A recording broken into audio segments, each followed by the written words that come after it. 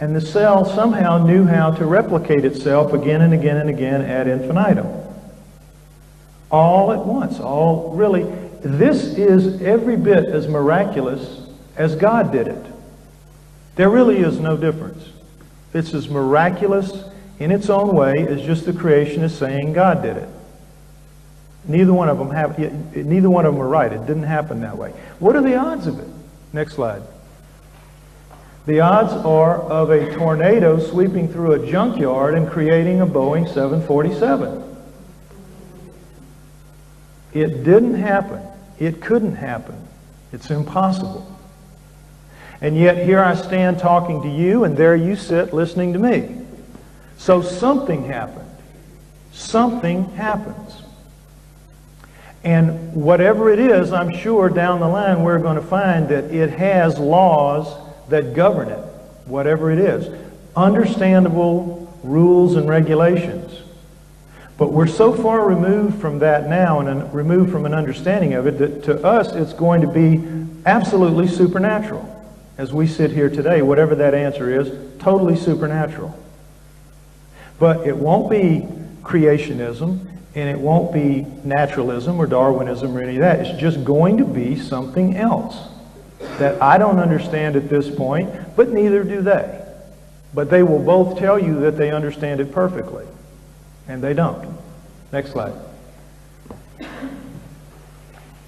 What we know happened is this. The Earth coalesced out of the primordial cloud of dust and gas around 4.5 billion years ago. For the first million or so years, billion or so years rather, it was just seething lava being bombarded by meteors and asteroids. But amazingly, here at around 4 billion years ago, only about half a billion years, life appears. You see those little circles right there? Prokaryotic bacteria. Prokaryotic bacteria. And surprise, surprise, these things are invulnerable. They can live absolutely anywhere, in any kind of environment, and make it. All right? So they appear, as you see, just suddenly at a time when nothing should be there. It's just seething lava and being bombarded all the time, and yet there they survive, no problem, prokaryotic bacteria. Now, what are the prokaryotes? They are single-celled bacteria with no cell nucleus. They're very simple, but they're invulnerable, but they're very complex relative to that first cell that you saw, that first life form, that first whatever it was. It's much more complicated than that, much more complex than that. Furthermore, you would think that one, and only one, would appear if indeed there was a creation, a natural creation of the first life form on Earth, would you not? But no, it turns out in the late 1980s we discovered that there are two, not one, but two prokaryotic bacteria types that appear on Earth at around 4 billion years ago. Apples and oranges come. Not apples, not oranges, both. Now that doesn't make sense in terms of any kind of natural progression. The only answer for it, and scientists, some will admit it now, is that it came. It appeared here. It was brought here. And they're saying, well, it must have come in on asteroids or meteorites or something like that.